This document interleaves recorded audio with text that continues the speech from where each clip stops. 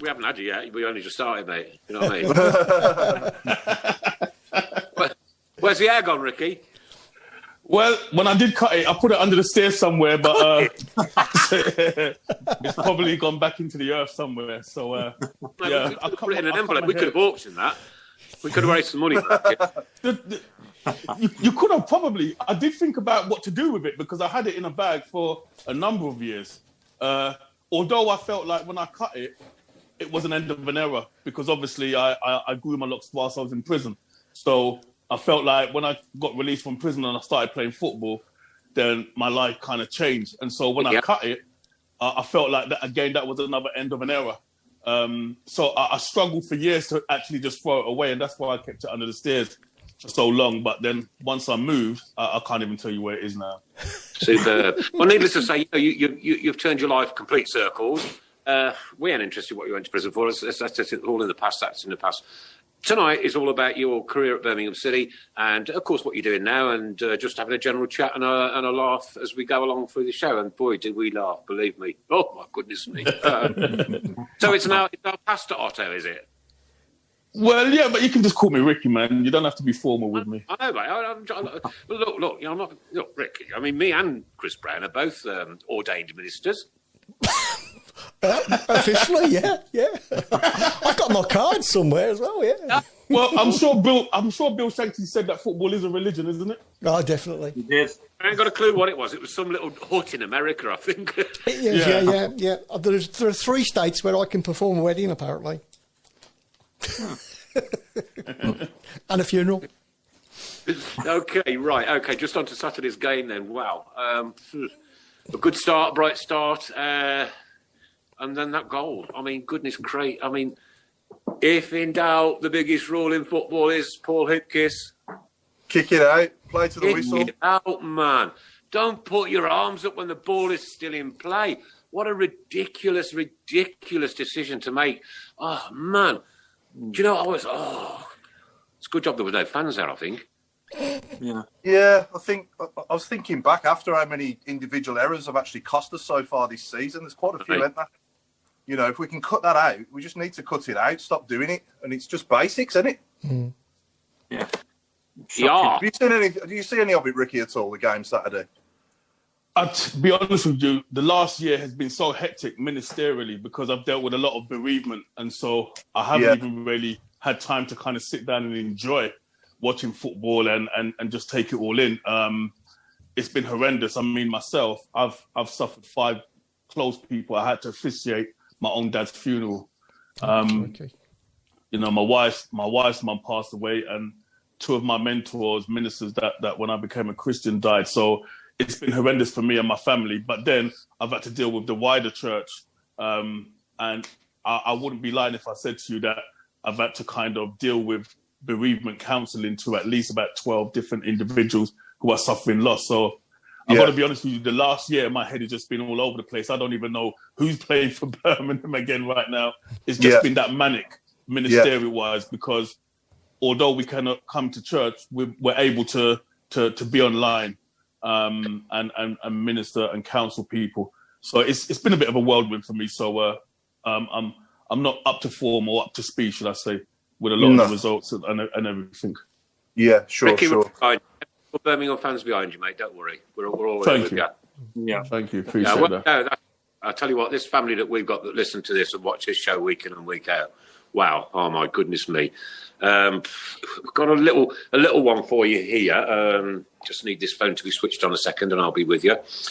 There's a young lady in Birmingham and she's going to be exactly 100 years old very shortly, right? 100. Wow. Now, there's not many people that make that milestone, and she has no relatives, none. No husband, no sisters, no daughters, grandchildren, great-grandchildren.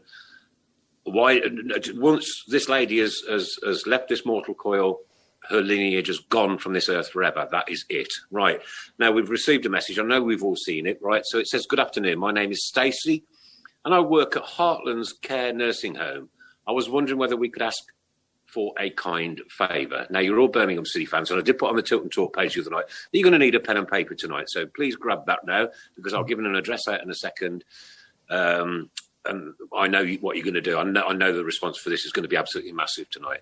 We have today a lovely lady who will be turning 100 on the 13th of February. Unfortunately, she doesn't have any family. I'm reaching out to see if there is anyone who would be willing and able to send her a card to wish her a happy birthday. If you could, we would really appreciate it and would go a long way to making her day a special one. Her name is Lillian. Her favourite colour is purple, and she loves anything royal. Please post too. We will put this up not only on the Talk and Talk page, but also on the shout box in a minute. Mm-hmm. If Chris could type this out. Stacey Debney, Debney, Heartlands Nursing Home, 50, that's 50, Broadstone Road, Yardley, Birmingham, B262BN.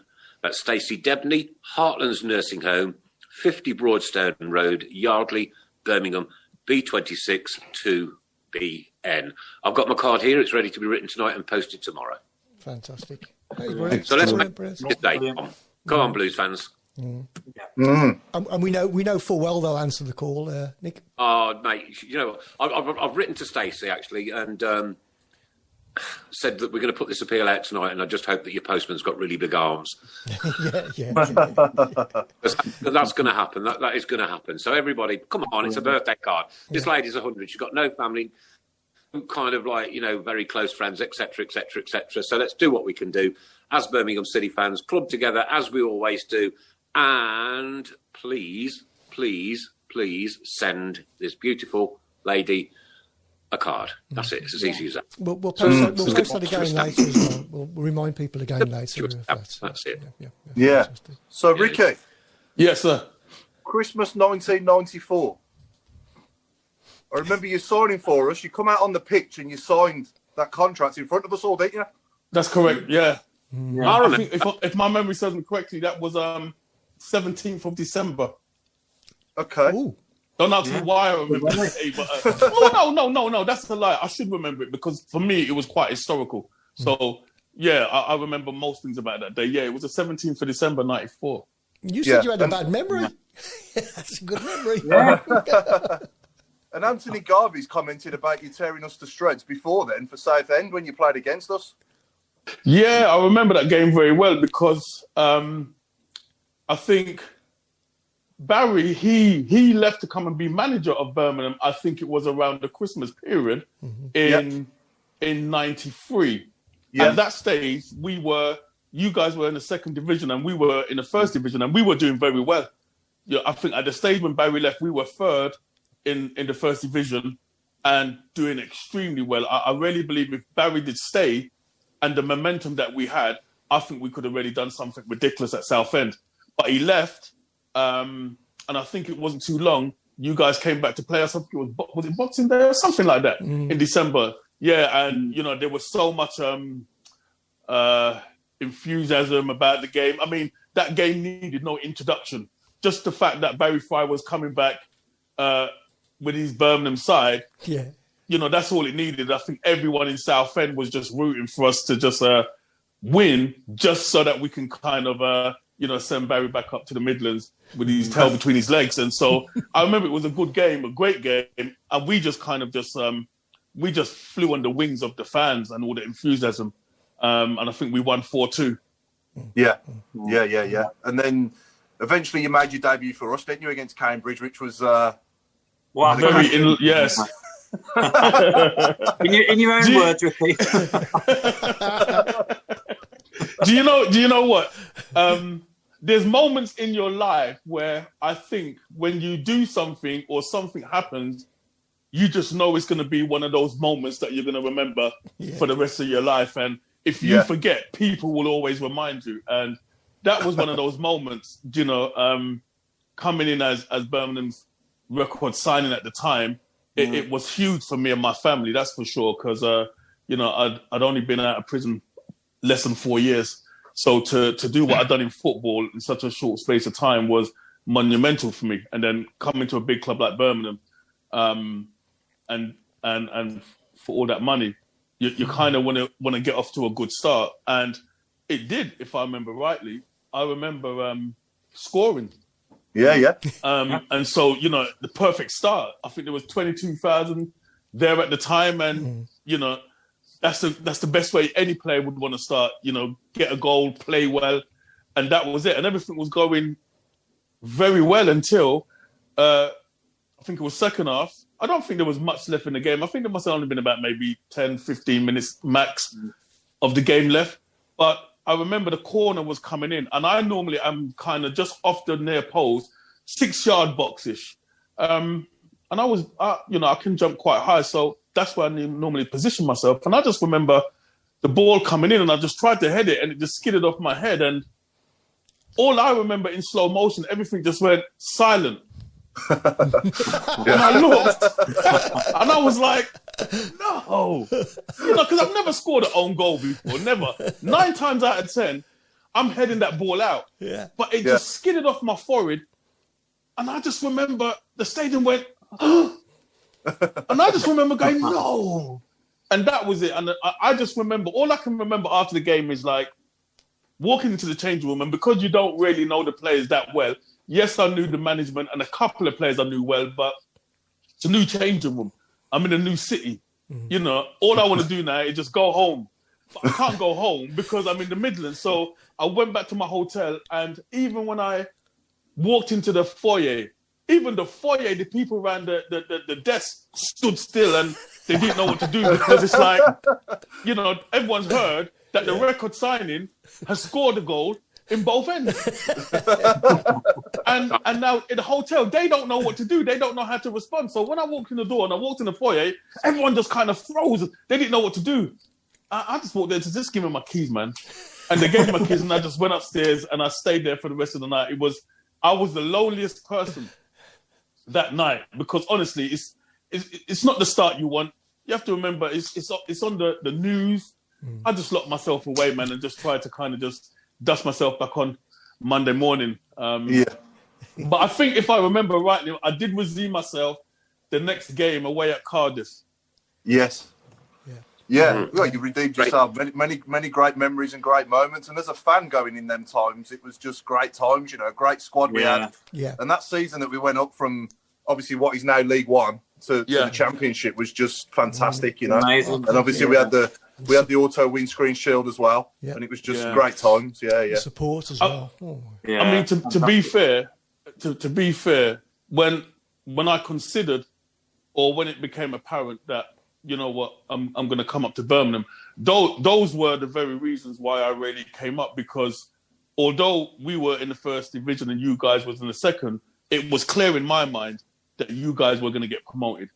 And I think at the time, I remember, because I'd spoken to Baz a couple of times, and then you guys just got drawn to play Liverpool in the third round of the FA Cup. And I was like, I would love to play that game. You know what I mean? So when I looked at where Birmingham were and where they could go and the way the season can pan out, that played a major part in, you know, me going up there and being a part of that. And then obviously seeing how we kick on for the following season. So for me, it was a kind of a no-brainer. You know, the project that Birmingham was or had started, it far exceeded whatever could have happened at Southend, to be fair. Yeah, well, we just rebuilt the Cop and Tilton as well, hadn't we? We'd only just that's correct. Before you signed, and I remember Alan Hansen saying that Liverpool will easily beat Birmingham as well on Match of the Day. And I don't know if that got through to the players, but he couldn't have been any further from the truth. You know, he was miles off it. Well, he's made a few statements that he's got wrong, hasn't he? Let's be honest. Yeah. So, but that was a tremendous moment for me. I mean, YouTube. Oh man, you know, I tell you what, I know exactly where I was at that point in time. I was in a pub in my hometown, and somebody's got a photograph of me actually jumping out of my skin off the chair, right, and like just going mental around the pub. Yeah. Where were you, Paul? I was at St Andrews watching it. Are you talking about Liverpool away? Yeah, the replay. The replay. Yeah, I was at St Andrews watching it on the big screen. So they had it on the big screen. So they had it on the big screen at St Andrews, and I was watching it there. And I remember being at home. I remember listening on Tom Ross, the commentary, and just going ballistic when Ricky equalised. It was just talk us through it, Ricky. Talk us through it, Ricky. Kenny Lowe to Steve Claridge. Steve Claridge to you. Yeah. Well, before we get to that moment, I have to be honest with you. I felt I was having an absolute stinker of a game because when we got to the game, Baz put me up front.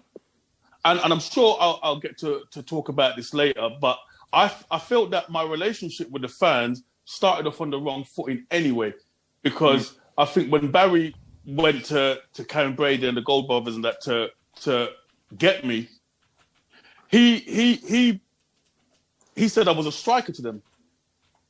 And what happened is, I think most of the fans kind of got into their head that they were buying a striker when actually I was a left midfielder. And so I think when I came to the club, I think there was a little bit of, I'm not scoring goals. I'm playing on the left. But that was my natural position. The fact that I scored 17 goals for Southend the season prior, that's what Barry Fire used to go and get the 800,000 to go and buy me.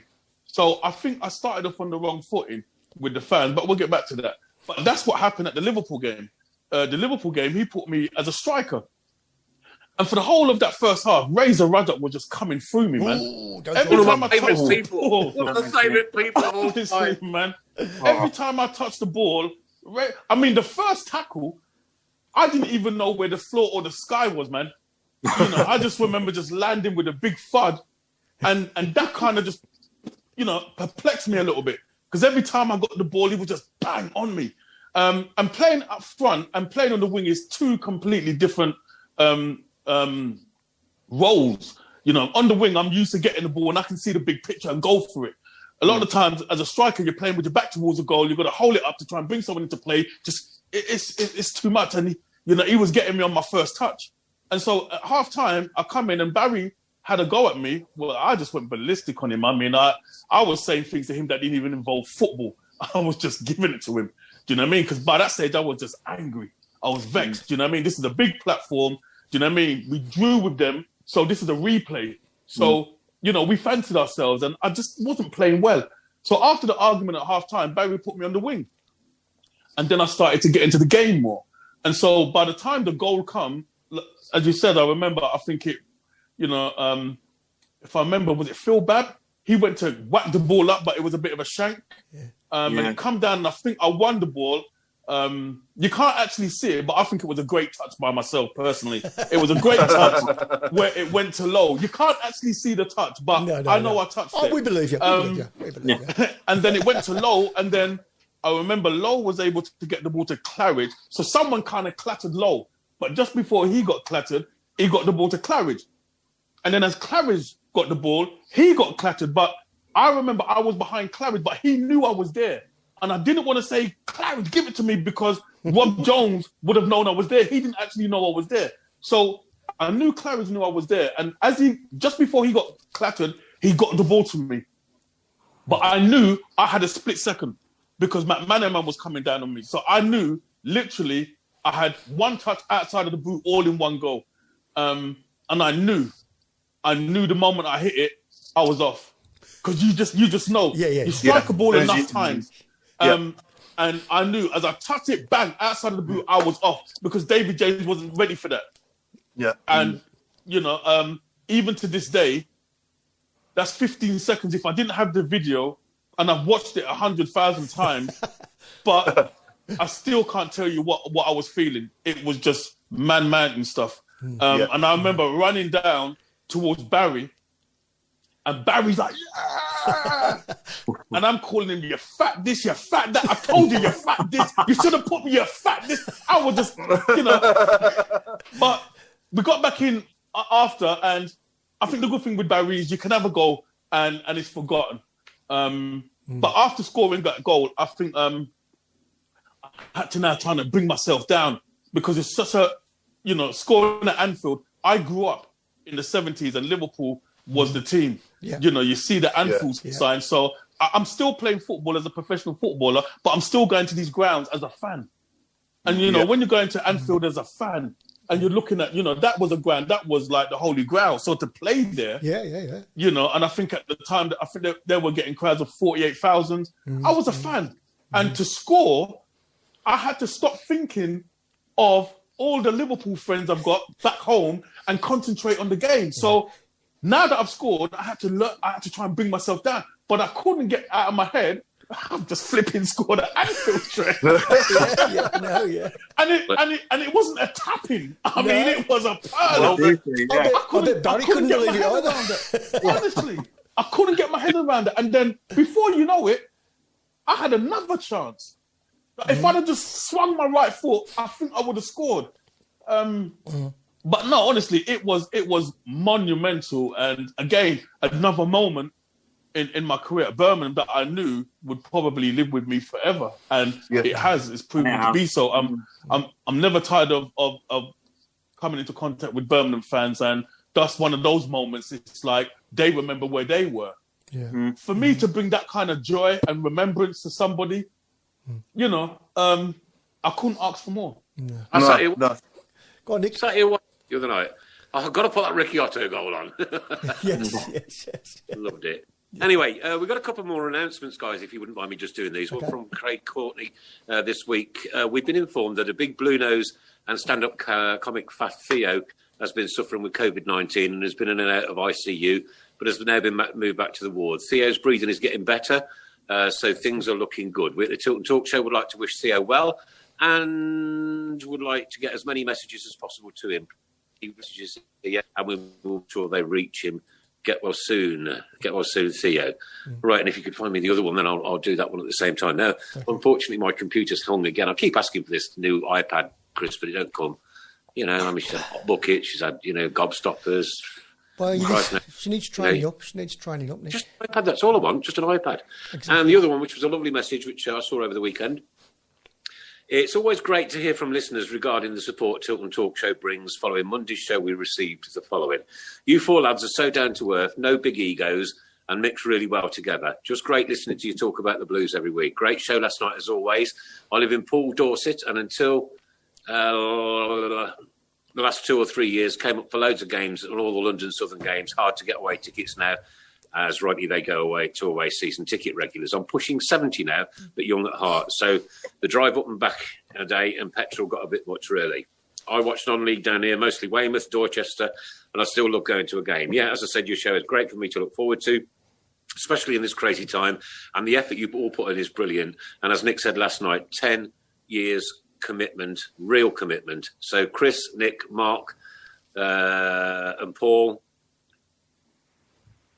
He got one name wrong. Do beg your pardon. So Chris, Nick, Mark and Paul, take a bow.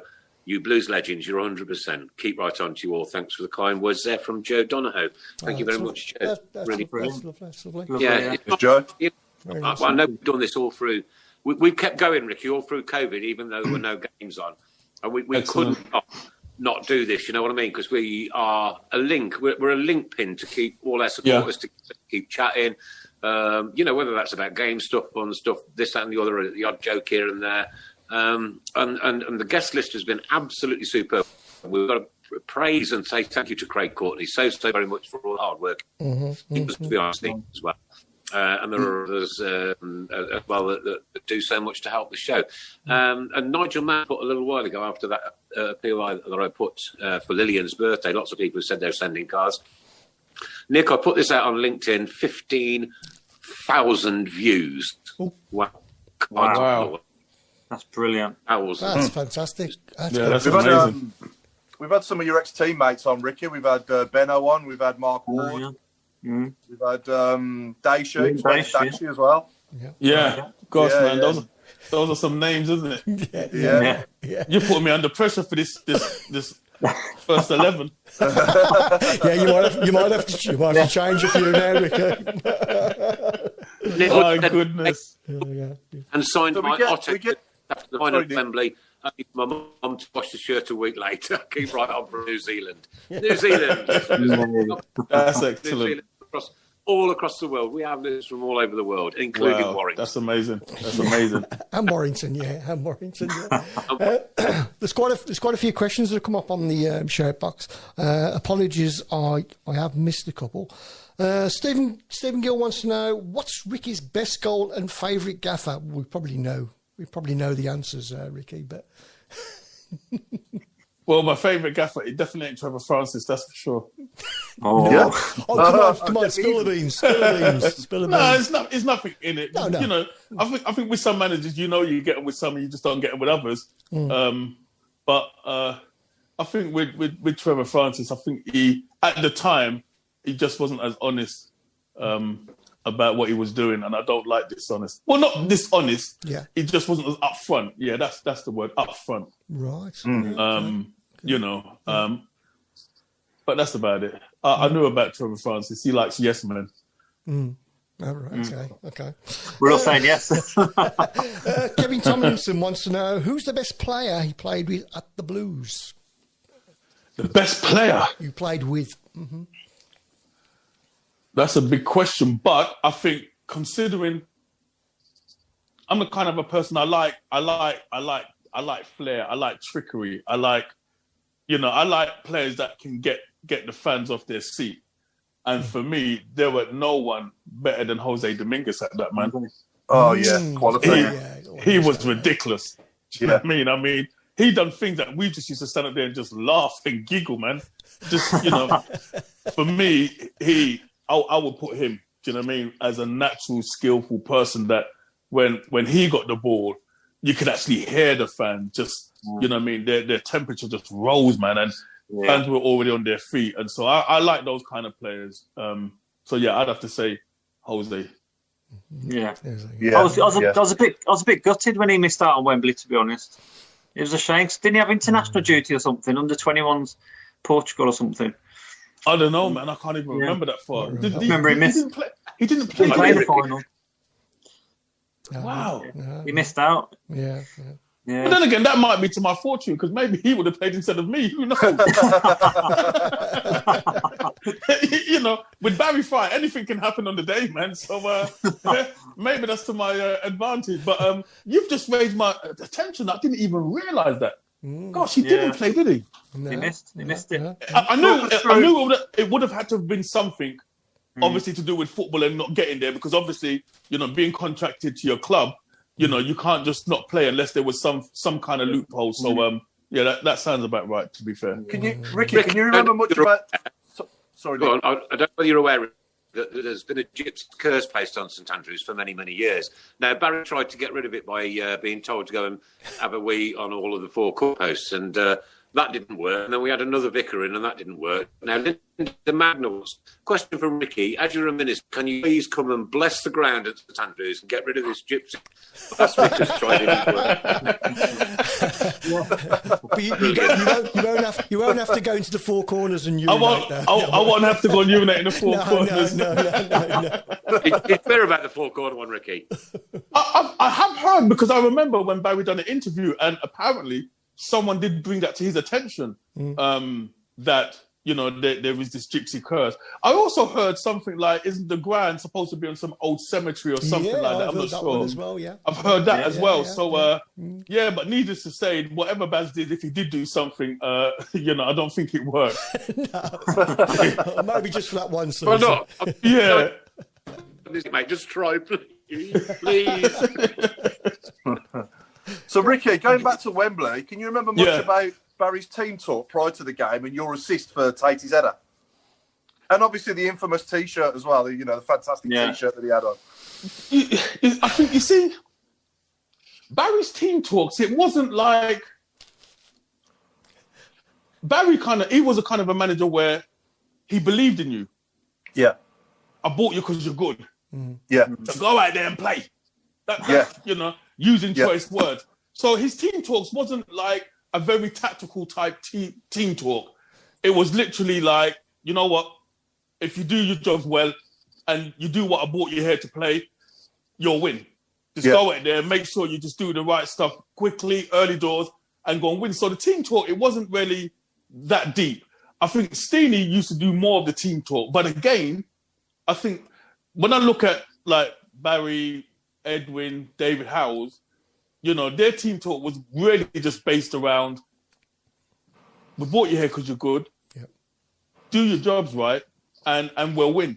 So they were very short, not really long-winded or stuff like that. We all knew what our jobs was. So I just remember fundamentally, Barry just telling us to enjoy it. Yeah. Do you know what I mean? That was fundamental. Amongst all the hype that was going on, because it was huge for a lot of us, because a lot of us hadn't played at Wembley. I mean, it was anticipated that there's going to be a big crowd. We knew already as players that I think about 50,000 tickets were already sold. So we knew we were going down there as favourites. Yeah. We knew we were going to have a big crowd. So most of us, I think for Barry, it was a case of, guys, you're good. I bought you here because you're good.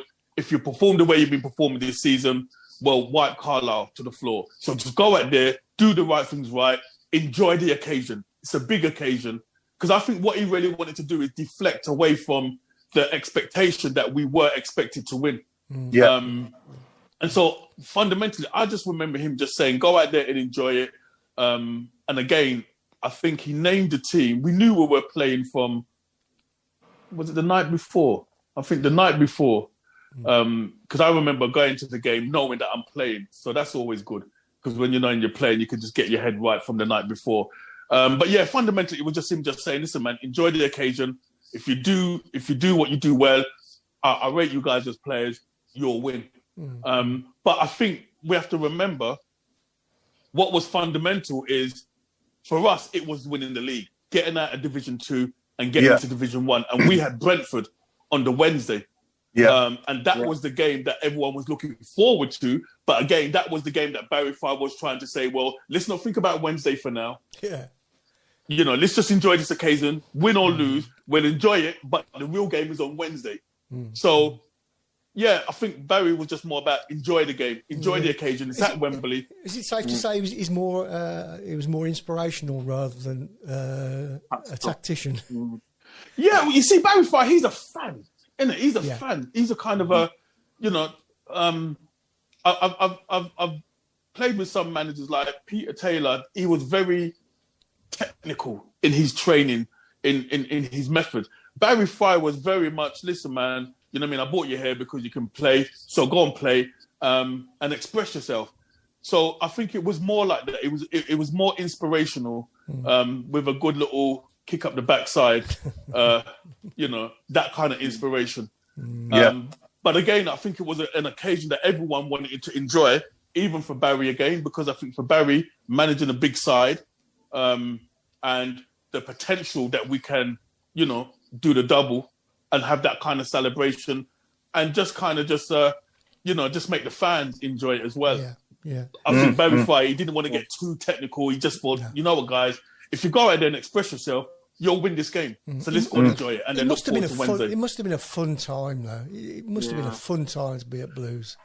It was a fun time. It was a fun time. But again, you have to remember, as players, sometimes it weren't always fun because you've got 52 pros in the end. So sometimes you don't know whether you're playing or not. Sometimes you turn up on a Saturday and that's when you're being told you're playing.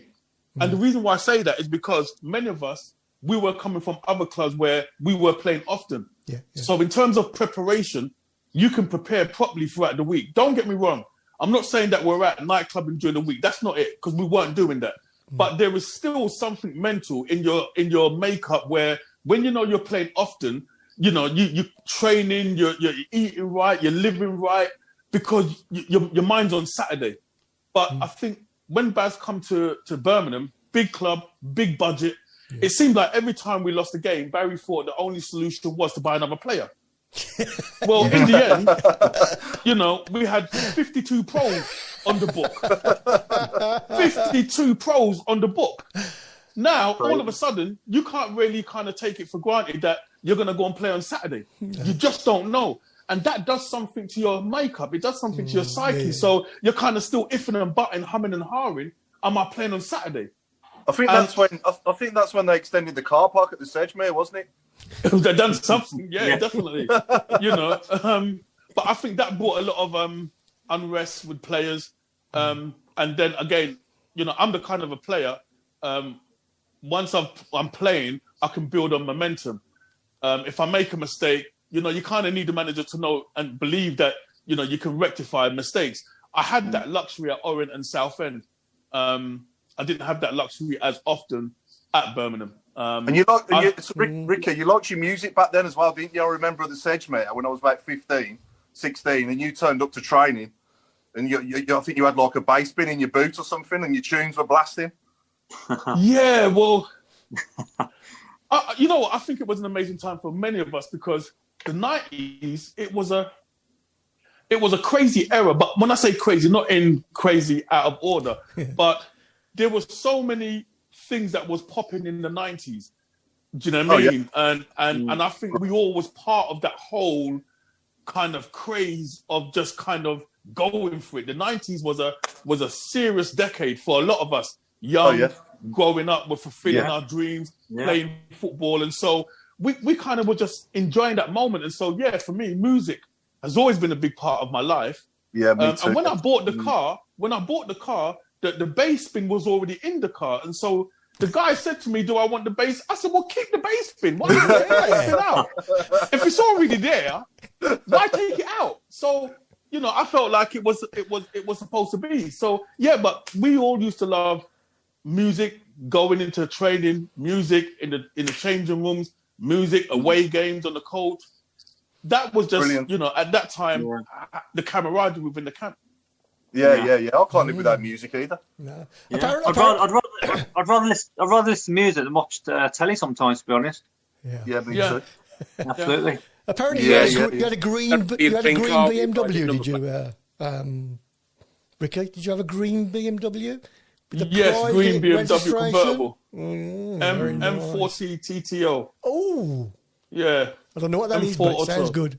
Yeah, M4 Auto. At the time, the reason why I went that way, because at the time, M-Reg was in. It was M-Reg, and so it was a new car, and then the plate was M40 TTO, which meant really M for Auto. So it almost sounds like M-Reg for Auto. Yeah. So that's why I went for it. I remember you signing your autograph for me, and I was having a dance while I was waiting. I wish you had that on video now. Oh, that'd be good. Did you have hair then? I did, yeah, jet black hair. Serious message from Ricky. Go on, Nick. Ricky, there's a gentleman called Michael Cleary.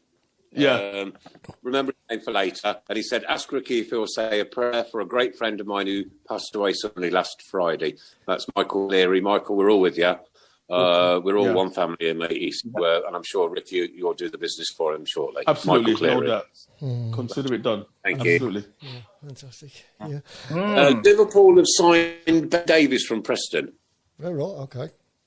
Not to make any difference. I know. I'm just keeping you up to date. I'm just having a look, seeing what's going on. While you're on the subject of that, Nick, we've got Sam Cosgrove obviously in from Aberdeen, and we've got Keandra Simmons from Man City as well. This Simmons looks a prospect, doesn't he, Paul? I've not seen him play yet at all, but obviously if he's coming from Man City's academy, then I would imagine he's got something about him. He's got to be in there. Yeah. He's no Ricky Otto, but you know.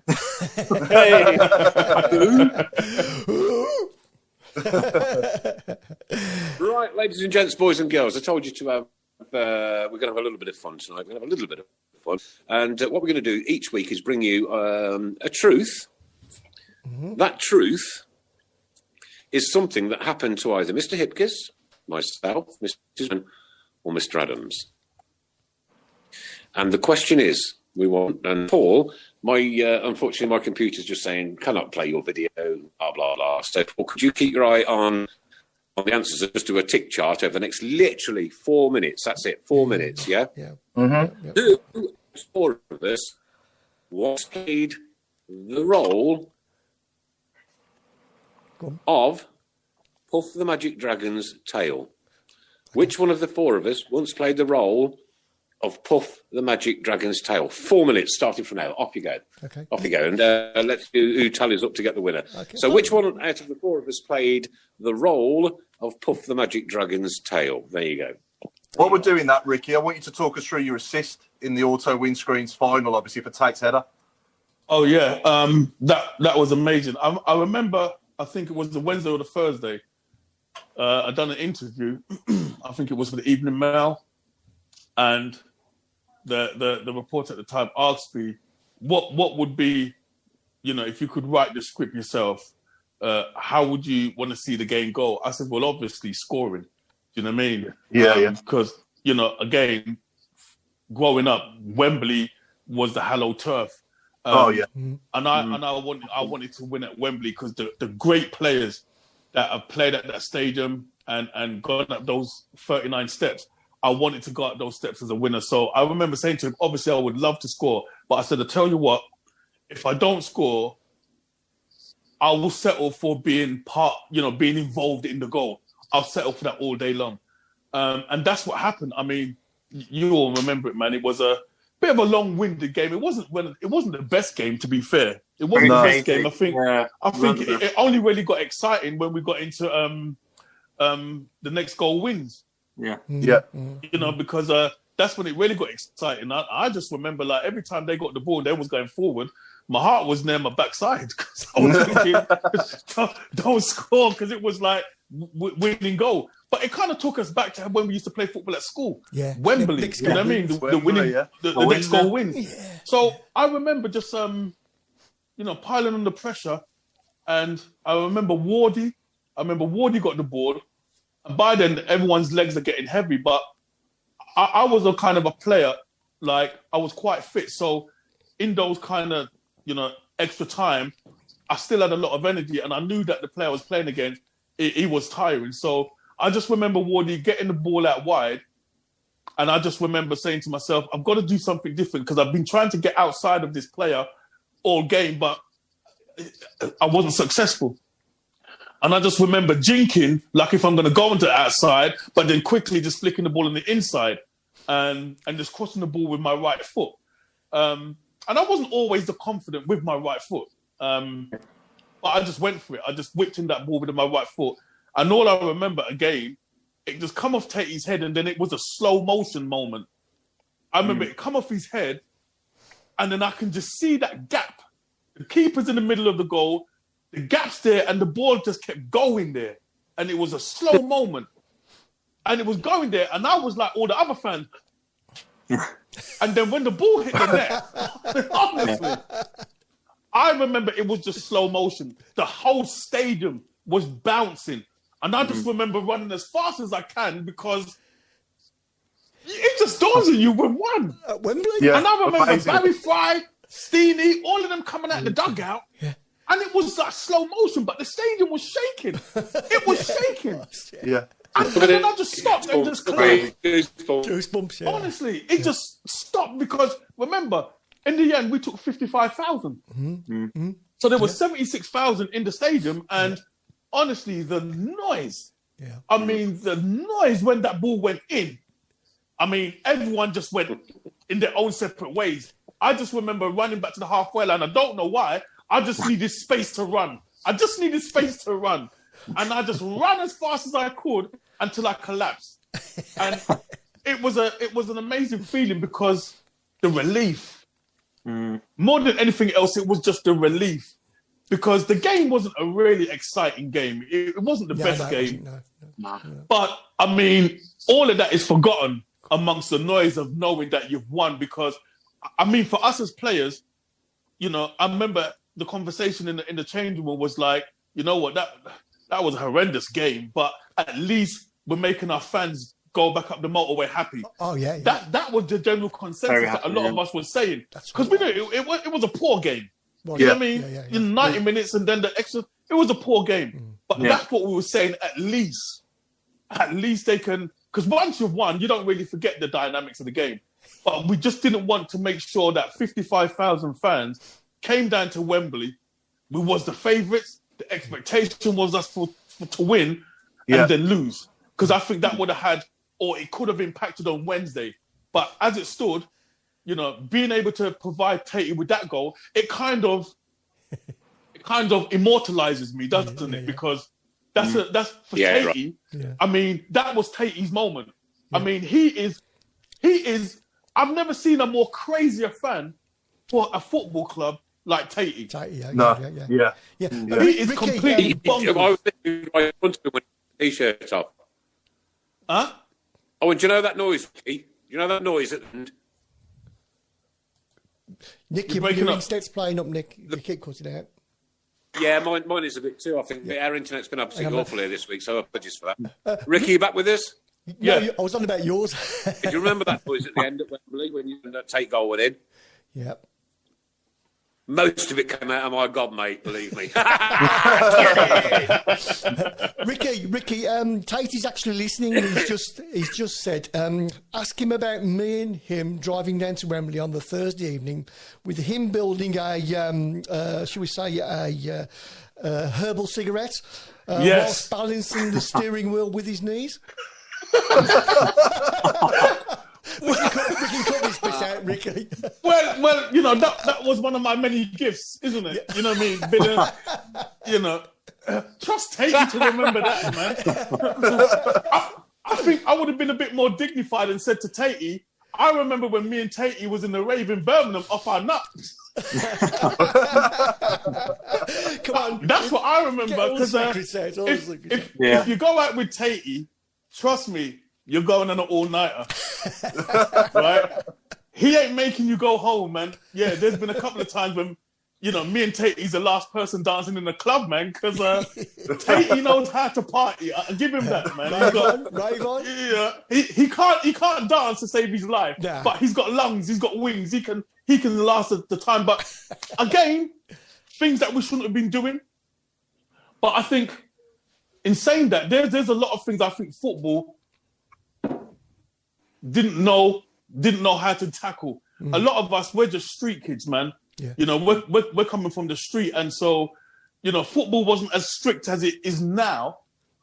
But I suppose if football knew certain things, they could have probably guided us a little bit more, and maybe we wouldn't have been so erratic. But hey, it is what it is. But those are the moments that kind of bond players. And like I said, I've always respected Tatey as Tatey's he's a road man, he's a street man, he gets it. And for plays like that, it's no surprise that me and him are rolling down the M1, going to the Wembley Hotel, having a happy fag.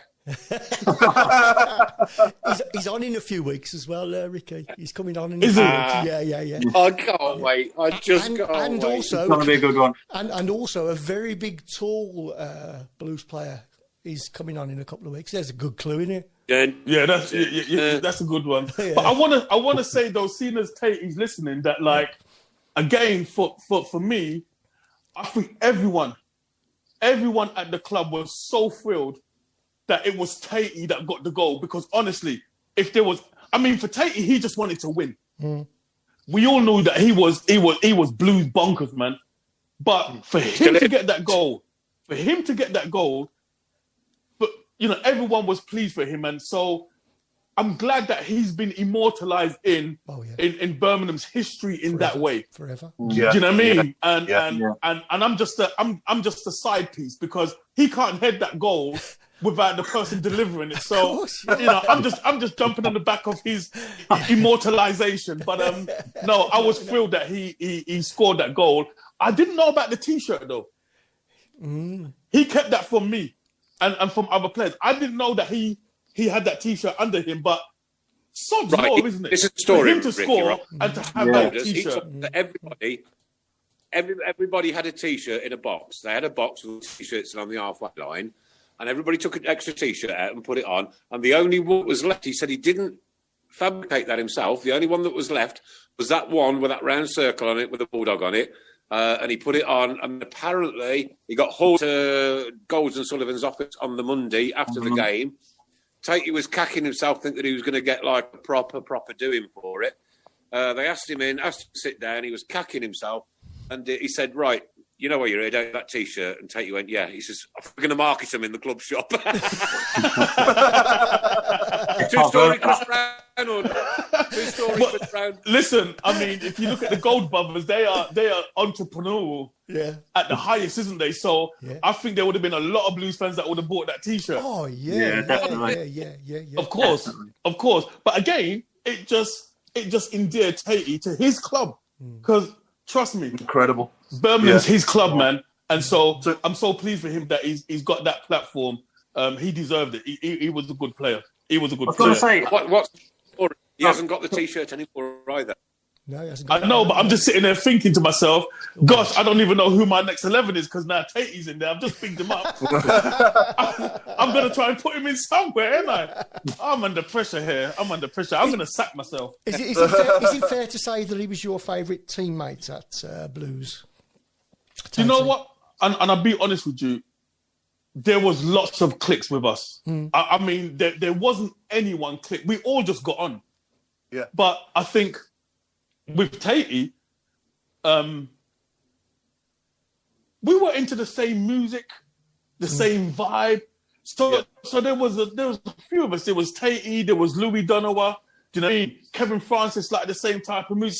So there was a group of us that we just kind of enjoyed once we get the result. Do you know what I mean? And again, you got to remember at the time, a lot of us were single, so we didn't have any restrictions like, you know, any girlfriends wanting us to stay with them. We can go out and actually just enjoy socializing, and that's how it was. But I mean, in the changing room, we were all buddies. We were all just like, you know, having a crack with each other. And so Tatey was just one of those that when I was going out, and you got to remember, I was learning a lot about Birmingham City in the sense of location. Yeah. I'm coming from London. So Tatey was pivotal in helping me understand where to go, where not to go, who to muck about with, who not to muck about with. And for me, coming into a new city, that kind of information is vital to help me to know how to box clever in a place where I don't know no one. So people like Tatey, you stick close to them because they know the city, and then it enables people to not take liberties with myself. Because everyone's coming to me, to us as players. Tatey was able to help kind of like, don't muck about with them. No, don't go there. Don't do this. Yeah. And that kind of information was key. Sorry, Adam's asked... Ricky,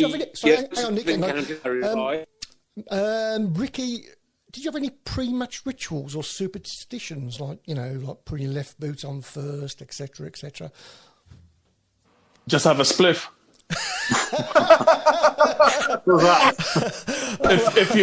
if you want to keep it, if you want to keep it 100, if you want to keep it 100, again, you have to remember, I think a lot of people don't realise, you know, I've been in prison 5 times, so I'm coming out with certain idiosyncrasies that if it's not been challenged, if it's not been addressed, I'm just thinking I'm just going on per normal. So for me, smoking weed was normal in my life, where I'm coming from. I had to come out of prison and make a life out of football while I was smoking weed. So unless it's going to be addressed, I just thought, well, I'm getting through. I'm getting by. So my ritual, that was it. I'll drive to the game, just have a little whiff, just to get me in the mood. Do you ever go back to those days? But like I said earlier, Rick, we're not interested in why you're in prison or why you were in prison. That's not our interest. That's how did you make that transition then to become a professional footballer from that bad period in your life? The truth of the matter is, and I think what a lot of people don't realise, when I was growing up in school, from the ages of 8, 9 years of age, you know, I was at Tottenham Schoolboys at 10, 11 years of age. I was playing for Hackney. I was playing for London. My pedigree in football, I grew up playing against the likes of Paul Ince, David Rocastle, Mickey Thomas, Tony Adams, Paul Merson, because I was playing against those guys in district football. So when I was growing up in school football, I was considered one of the best footballers in London for my age. But what happened is, now when I look back on my life, not growing up without a father in my life, in black families, especially mothers, they ain't got no time to go and watch you go and play football, because the struggle is real. You know, I grew up in a single parent family. My mum ain't got no time to be standing on a football watching me play football. She's trying to make 2 ends meet, and that a lot of that is like that with single parent families. So you didn't have the backing of your parents. So what happened is, when I got to like 14, and I was able to stay out a lot longer, go youth club, girls were getting their shape. You're becoming more aware of yourself and wanting to look nice, go to the disco. I didn't have no one to rein it in and say, Rick, keep focused on football. So what happened at 14, 15, I kind of just went down the street life, got expelled from school, stopped going training, and just kind of just got myself into that life. And that's how I eased into crime.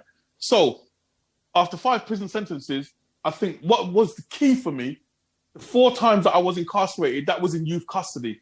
And I tend to find in young offenders institutions, no one ain't really trying to help you to get along. Everyone's playing the bad man.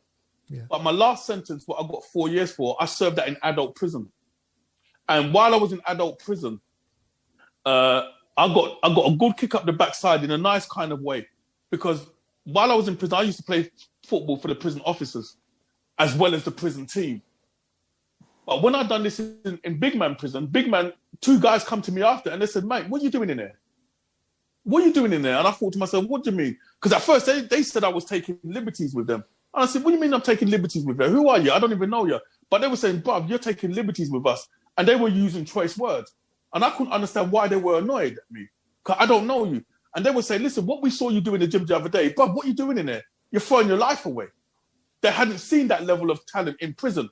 And so they came to give me a good kick up the backside. And so this is the first time any male adult had spoken anything positive into my life. I was learning about my male masculinity on street. And on street, man just want to make money. So, we're committing burglaries and robberies to make money. But this was the first time someone spoke something positive. I knew I could play football because, like I said, my pedigree is football, always has been. But between 14 and 19, I've been in prison 5 times, but the last time it was with adult prison. And when I was looking at men old enough to be my dad, still in prison, I said to myself, nah, man, I can't be coming out of prison at 30. And so I feel like this was a pivotal moment when them guys saw me play football, come and gave me a good kick up the backside in the nicest way and said to me, bruv, if I was you, don't serve the time, let the time serve me. What they were saying is don't sit down until you get released and then figure out what you want to do. Start doing something about it now. In prisons, they've got some of the best gyms. Yeah. We can be in the gym every day. So what they were saying is prepare yourself now. So once you get released, you can hit the floor running if you get the opportunity. And so that's what I done. I came out and I said, as long as I can keep away from certain men and keep away from certain pool houses and pool calves, if I can stay on the street long enough, I know I will get the opportunity and the rest will be history. And that's what happened. So my transition into football, it wasn't difficult at all. Because if you go back to my school football, that's all I was doing. That's all I was playing. I promise you, Ricky, right? I don't suppose many, if any, Birmingham City fans have ever heard that story before, but that has absolutely put goosebumps on my arm, mate, honestly. Full credit to you, man, for what you went on to do after. Right, a bit of breaking news, ladies and gents, if you don't mind. Ray posted earlier that Bristol City may come in for a late bid for Christian Pedersen, and I've just had it confirmed that Bristol City are making a late swoop, Christian Pedersen. There we go. So we'll have to wait and see what happens there. The votes are in, ladies and gentlemen. They'll be counted and verified by our independent adjudicator. Please don't swear as you're on the live on the Tilton Talk Show. And the votes are as follows. I came last with 2. Right. Chris, you were next with 3. Paul, you were next with 5. And Mark, you were top with 8. These would just take just over a few minutes, right? So, Mark, they actually think that you were Puff the Magic's tail, Puff the Magic Dragon's tail. Can you please, Mark, reveal the real identity of Puff the Magic Dragon's tail? Well, I'm talking to him. Nick. It was me.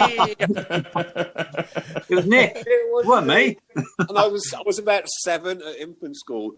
And I was crying because I'd got a pair of green ladies' tights on and there was a hole in them. No.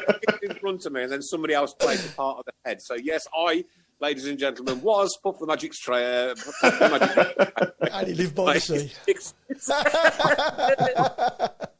So going back, Ricky, can you answer me a very, very serious question? Yes, sir. What's that plant behind you, mate? Oh, that's just a normal plant now, man. I'm all legal. We don't know.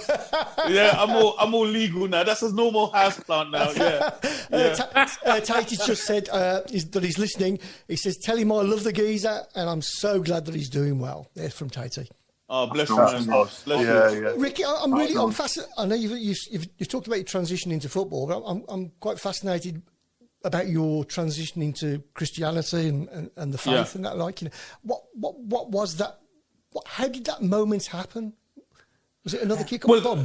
The truth of the matter is, it wasn't a moment. It was a series of moments, footsteps. I like to call it, because I can go back to when I was serving my 4 years on the Isle of Wight, 1988, late 1988, just when I got my 4 years and they shipped me over to the Isle of Wight. I just remember there was this kind of presence. I felt this kind of presence, but I couldn't explain it. I couldn't articulate it. Yeah. Now, I've always believed in God. I didn't grow up in church. My mum didn't take us to church. My granny was a praying woman. She used to go to church. And I remember there was a period, must have been about for 9 months, when my granny took all of me and my brothers and my cousins, which was about 8, 9 of us. She took us to her church.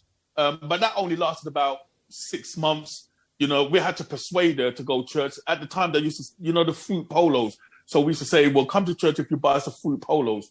So we went to her church, but that was for about, that was for about 6 months. But although I didn't grow up in church, I always believed there was a God. And as I got older, funny as it may seem, but I always associated smoking weed and listening to roots and cultures type of music. In a lot of those musics, it's very spiritual. Yeah. Do you understand? So that kind of enhanced my belief that there is a God. So when I started feeling this presence, I just felt this presence, but I couldn't explain it. That was 1988. And there's a series of events that led on from once I got released, once I got into football, certain things that was happening that, nah, man, this, you know, it shouldn't be happening. How has it happened that way? But again, I wasn't a believer. I wasn't going to church. I wasn't reading Bible. But I remember one day when I realized what was happening, I was actually playing a game and it happened at St. Andrews. And believe you me, if there's a gypsy curse at St. Andrews or if it's on a graveyard, listen, let me tell you something. I remember a game playing at St. Andrews and I was playing on the left near the dugout bit, yeah? So we was kicking towards a Tilton. And it was one of those rare moments when the ball's on the other side. So I'm kind of watching the game, but I'm actually saying to myself, gosh, what am I going to do when my career finishes? Because life don't get any better than this. At the time, you know, again, we're playing in front of 20,000+ fans. Do you know what I mean? I'm living in a nice house in Sutton Coldfield, driving a nice car, earning decent money. I've got fame and fortune, making my mum happy. You know, and I just remember just that occasion where I thought, gosh, man, what am I going to do when football finished? Because I've never done a day's job, never worked. What am I going to do? And I heard it so clearly. I just heard the words, you're going to serve me. And I remember running, give me the ball, come here, give me the... And I tried to run off what I just heard, but I couldn't run it off. And I remember all the way to the game finished. I don't even know what the result was. I was in the change room getting ready, and all I kept just remember hearing is, serve me, serve me. And I was going home, and I was supposed to go out that night, but I was so disturbed with that I'm just sitting at home. The guy said that we're going out. I said, nah. And all I kept thinking is, serve me.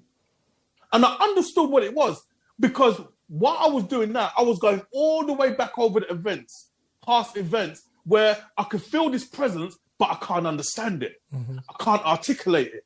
And it took me all the way back to 1988. And that's when the penny dropped. Serve me. So that presence that I was feeling was God. And God was calling me. And so, although I was aware that that was God, that was 1995. But I didn't give my life to the Lord until 2004. So I was still living a raggedy life, but I was still spiritual because, you know, I'm still smoking my herb. I'm still believing that right now weed grow on Solomon's grave and anything that is natural is godly. So I still believe that the weed smoking and the God it's all spiritual. But it wasn't until 2004 that I actually surrendered and gave my life to the Lord, because other events transpired where I felt that presence again. And I just realized that God was calling me and I couldn't run anymore. And so I just had to surrender. But my calling was rough. My conversion was difficult. I always say to my congregation that there's 3 types of ways a person comes to Christ. It can come being born into a Christian family, and so they grow up going to church and that's all they know. You can have those who come to church because they're going through difficulty, rough times, and they come to church and they want to get prayer, and then they kind of continue to pursue that walk of faith. And then you've got what I consider myself to be a kicker and screamer. God's been calling you for years, but I've been kicking and screaming.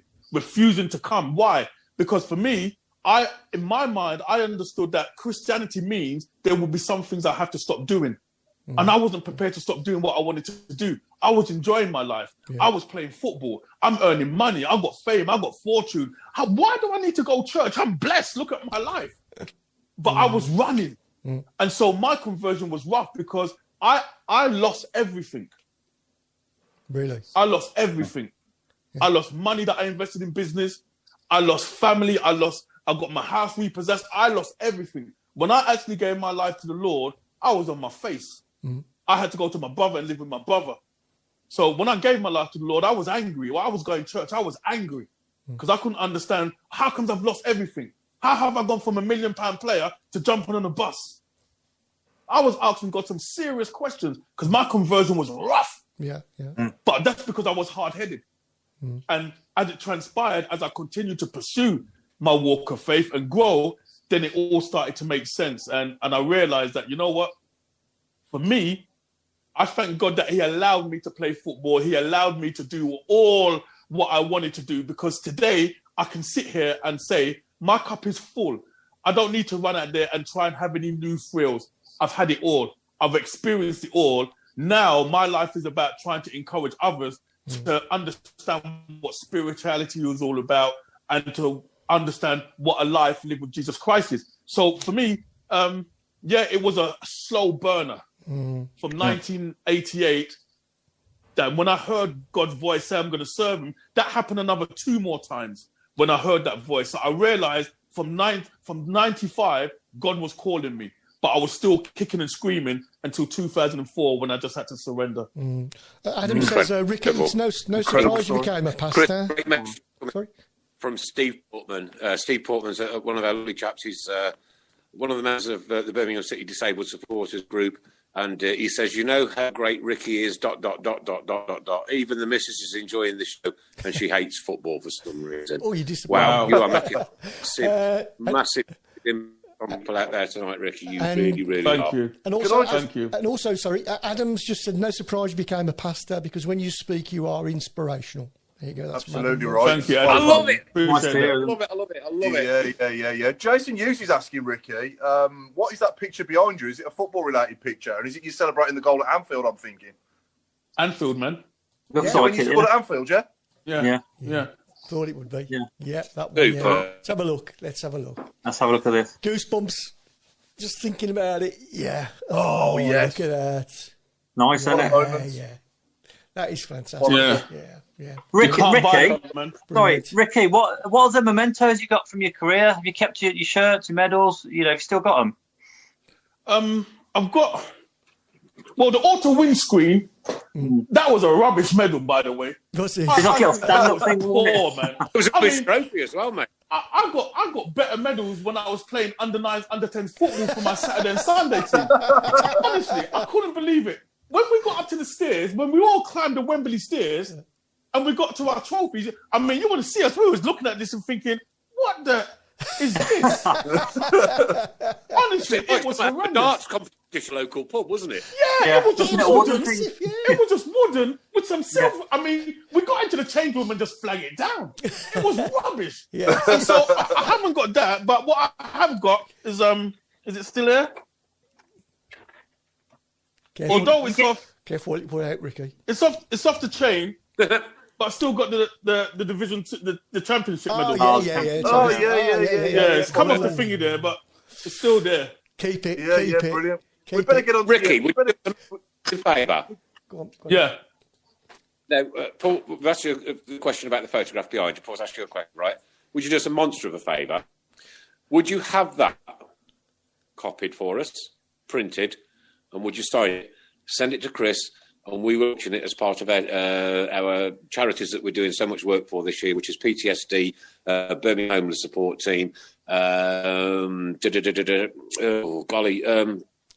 PTSD. Devlin's... and his charity. And his charity. And you know, lots of other things. But like, if we could have a copy of that, we know. No problem. Just not the original, my friend. We'll keep that original. We don't want to ask anything super special, like. But if we copy that photograph, sign it back, and on the front, or on the front. No, on the front probably is best, isn't it? So you can display it. And we'll auction that and we'll raise a few quid for it. And every single penny that we raise always goes to the charities. We'll raise a load. Consider it done. Just send me you guys' address where I can post it to. Yeah, we'll get Craig to do that. Craig will do that, Chris Brown will organise that through Craig. Yeah, we'll sort that out. Brown will organise that through Craig. Get it, Rick. Send you a message. No problem. What was that, Paul? Someone's already bid £100 for that. Really? It's an absolute. It is a Birmingham City icon moment. We all that are of the age to be able to remember it. That's crazy. It's crazy. So Ricky, there's a bid on that before you've even sent it.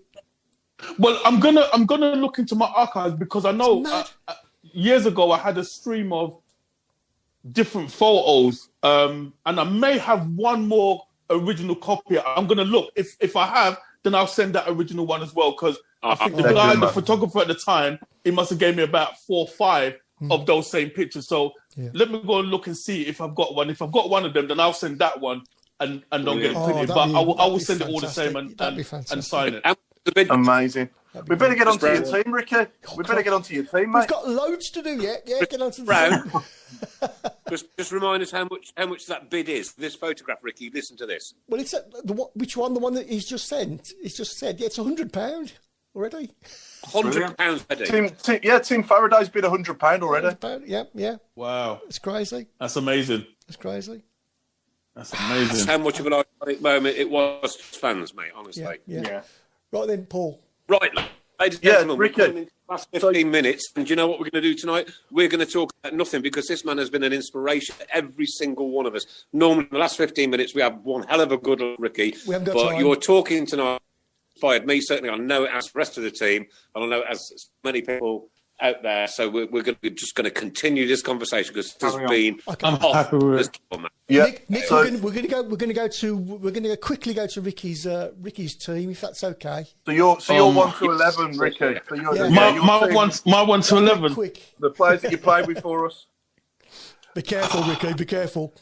Listen, there's so many players I can't even remember. So I'm going to stick with what I know as the basics. Okay. Right. We'll help you out if you struggle a bit. I'm struggling because, gosh, man. All right, I'm going to go. This is my back four as I know it. Yeah, I know what it'd be. I know what it's going to be. It's going to be Chris Brown, Mark Adams, defence, Paul Hipkins in midfield, and me up front. Yeah.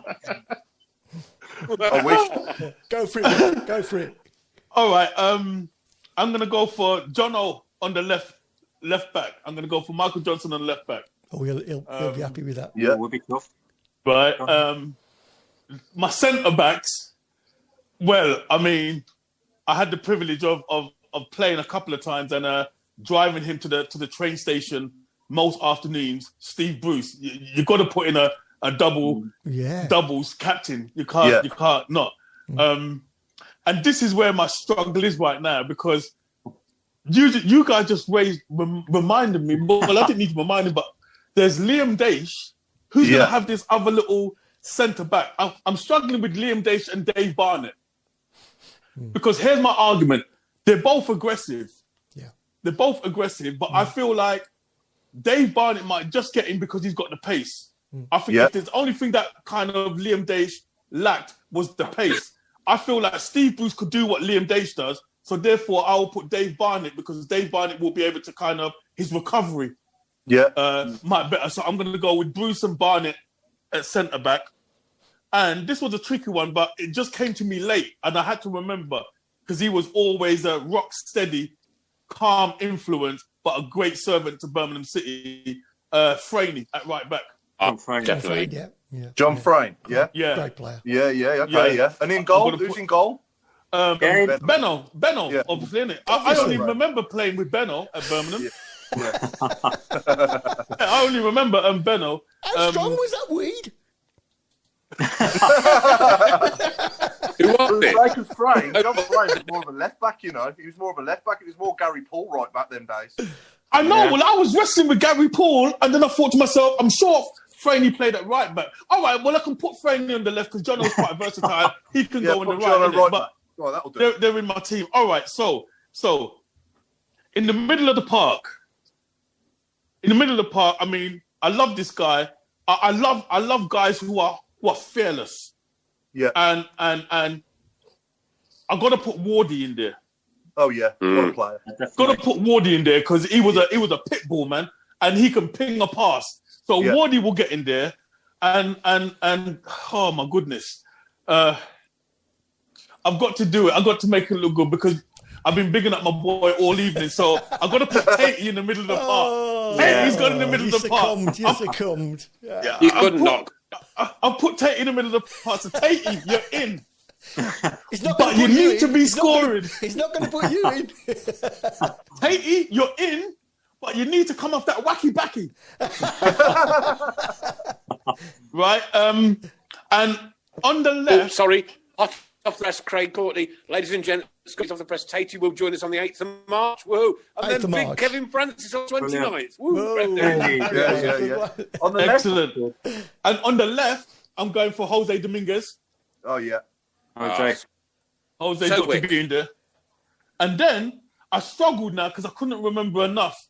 So I put him in because I couldn't remember. So I'm going to put Louis Donovan on the right for his pace. Louis, you know what I mean? Yeah. I'm going to put him on the right for his pace. Sometimes his end product wasn't always the greatest, but I couldn't remember any other players at the time. So I put Louis Donovan in. And then up front, well, my first striker is a no-brainer for me because this guy, he exceeded my expectations. His appearance was very scruffy. He reminds me. You remember when you look at Scooby-Doo? Remember if you watch Scooby-Doo? Shaggy. And you remember Shaggy? Yeah. This is the only way I can describe him. Steve Claridge, man. Steve Claridge. You know what I mean? Steve Claridge. He goes onto the pitch. He just looks rough and rugged. You know what I mean? But as a player. Great player. He scores goals, man. He does it, and he hits it. But this is where I struggle now because I there was a couple of players that I've played with at Birmingham, but no one is standing out or definitively. And if I've forgotten anyone, because I know Jason Bowen was very quick, he was very nimble. Yeah. I can't remember if I was there with Ken Charlie. I'm trying to remember anyone else, but I said to myself, I had so much fun with Big Kev. He was just so awkward. I mean, no player wanted to go next to Kevin because you come out with a black eye or a broken nose because he was so gangly. I'm going to put Big Kevin there because he's my boy, man. And I think him and Claridge will still cause damage, even though, Kevin, he wasn't your type of flair player. No. But I think what he does well. But Claridge will always get you the goals. So that's my 12. That's my that's my 11. That's sorry. 11. 11. No, that's my 11. Right. Please don't ask me to name subs. No. All right, cool. Nigel's got a little suggestion for you, Ricky. At the back, he thinks you should have played Key on the left and Backy on the right. And a message from Dave Ridgway. Ricky has been one of the best ever guests. Superb. What a guy. Tops. Yeah. Wonderful. Yeah, it's been fun. It's been real fun. Been good. Sorry, Nick. Someone just asking as well. Go on, Paul. Who's the captain, Ricky? Sorry, Nick. Yeah, you're right. Tatey, of course. Tatey's captain, yeah? Tatey's captain. Yeah. That would be interesting, wouldn't it? Yeah. Right, Mark Meredith. This is a question for you, Ricky, and it's direct, right? It's direct, and I mean it. Have you ever thought about bringing out a book? One I read a few years ago, From Premier League to Prison Cell.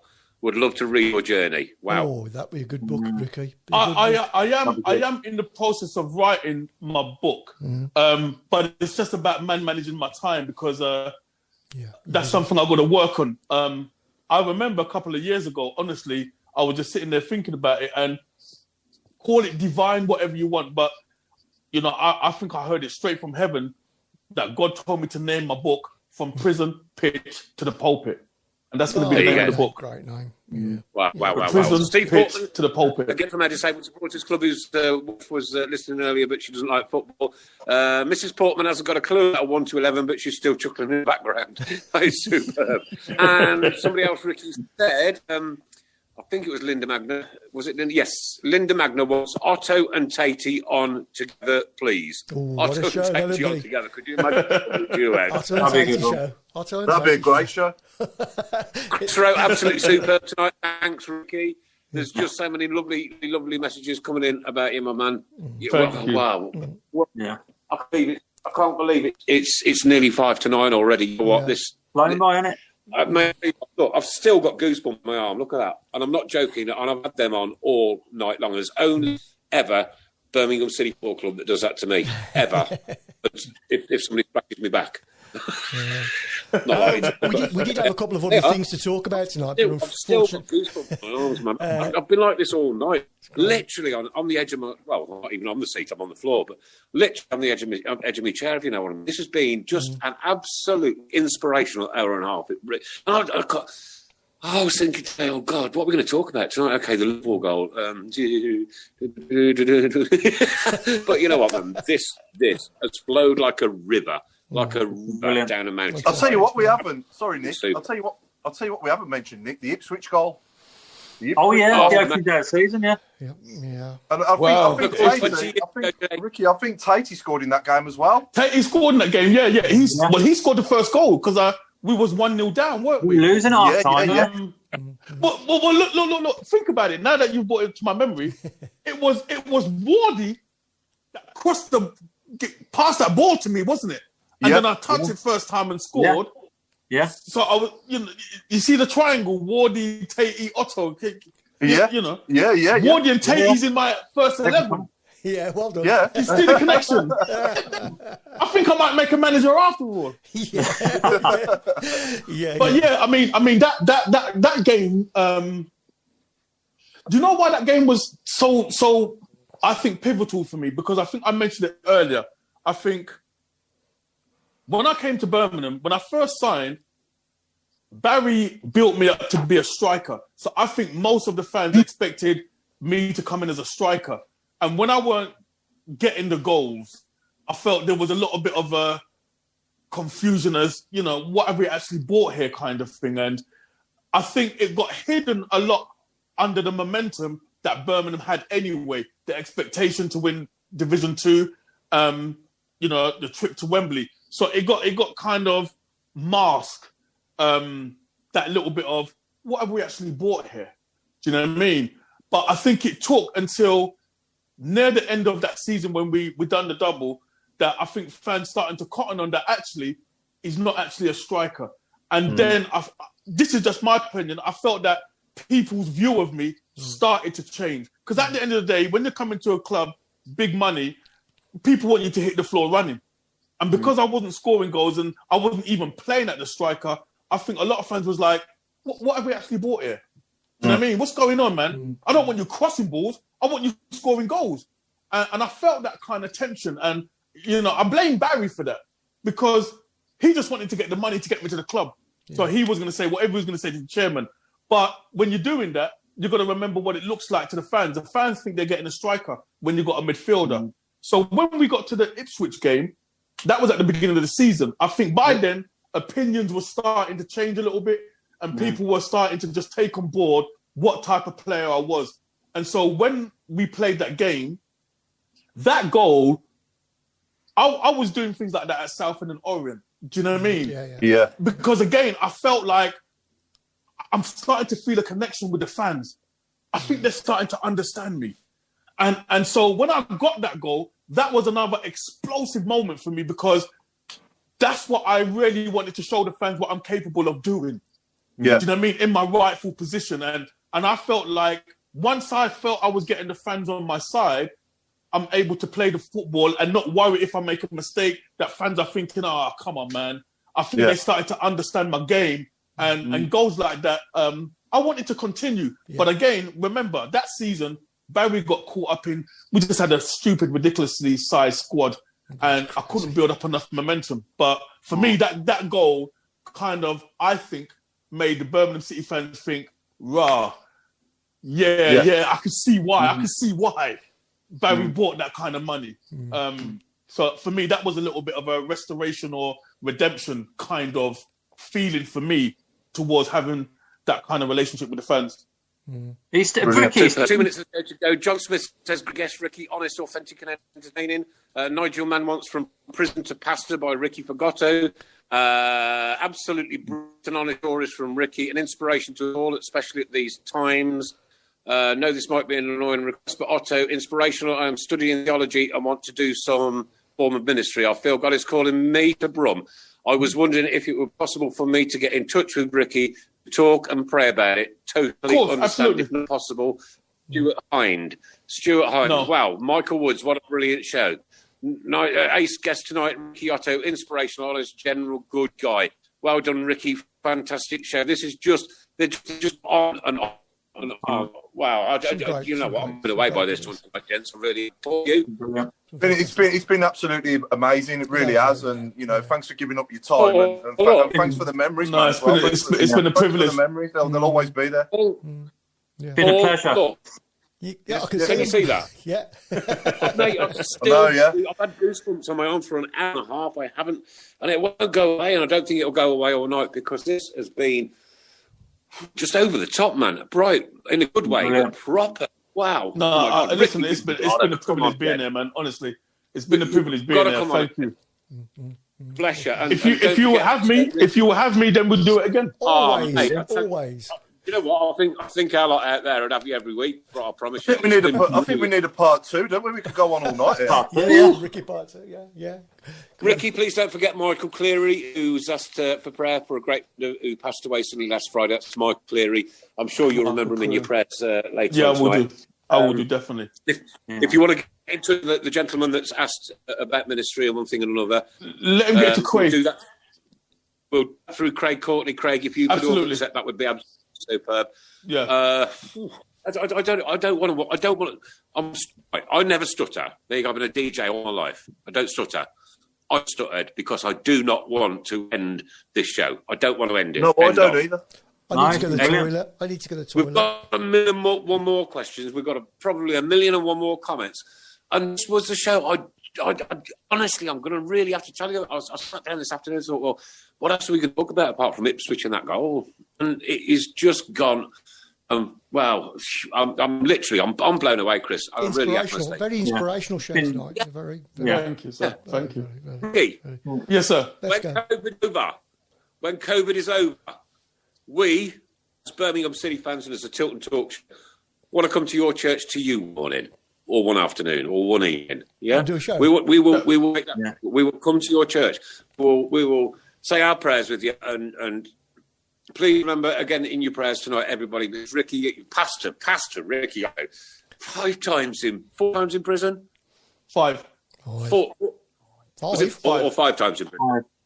5 times in prison, to a professional footballer, to a pastor who now nurtures and looks after great people around across our great city of Birmingham. Like, you know what? This guy actually deserves a complete and utter Tilton Talk round of applause. And innovation. Yeah, absolutely. You're making me get emotional now.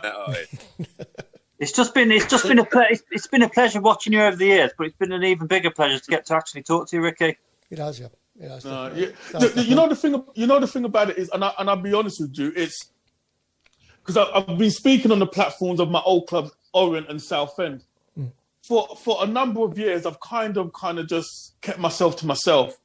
I remember when I was playing football, one pro said to me, it's a long time retired, but Rick, it's better to be missed than to be seen all the time because, I've seen a lot of pros when they've had to retire because it's such a fantastic life.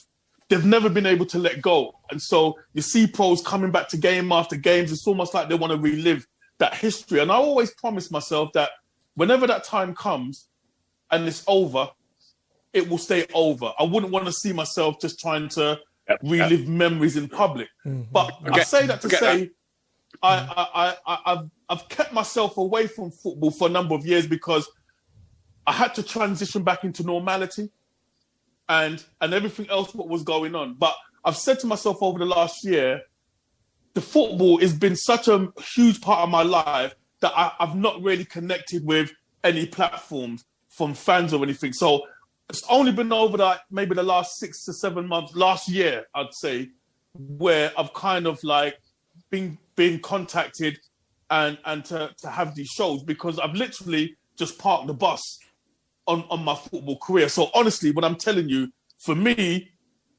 I've deliberately been intentional to come on these shows because football has done something for me, as well as me being a part of the fans' memories. And so I've kind of just put myself out there and been on these talk shows. I've not done many, but I've done one with Orient fans and I've done one with Southend fans, and I feel so humbled and privileged because, you know, I've sat down for years and just thought and talked to myself about these experiences, but I felt like I needed to come out, so to speak, and just kind of be approachable so that we can have these conversations, because I think, you know, there is a little bit of myth to me, bad man, football, drugs, but there is a lot more to me than that. And I think these platforms, I think it helps to kind of dispel a few myths and kind of just maybe just set a few records straight and have a laugh at the same time. Ricky, you know what? You don't have to take any record straight with any Birmingham City fan. Do you know what you've done tonight? Do you know what you've done tonight? Go on. Go ahead, sir. I've just scored that goal again at Liverpool tonight. You really have. Yeah. You have put yourself back on that map with Birmingham City fans. There is an understanding about you and about you as a person and as a player and as a pastor and the journey that you've gone through. Like I said earlier in the show, we really weren't interested in what happened, what you did, why you were in play. I didn't know it was 5 times until tonight. That, for me, what the line was when you became a Birmingham City footballer to now. All right, and the journey that you've gone on to be there is absolutely second to none. It has to be documented in a book. Please, please, please write it, because I tell you what, there's people out there tonight, Birmingham City fans, literally across the globe, that their hearts are 10 times bigger tonight, without a doubt. Yeah, we will have to do a part. We'll have to do a part 2. A message from Kevin Francis. We'll do a part 2. We'll do a part 2. Yeah, a message. And don't forget to remember in your prayers tonight, ladies and gents, Michael Cleary. Michael Cleary. So, Michael Cleary, yeah. So from Mr. Mark Adams, a.k.a. Mr. Robe, thank you so much, dude. Take care, everyone.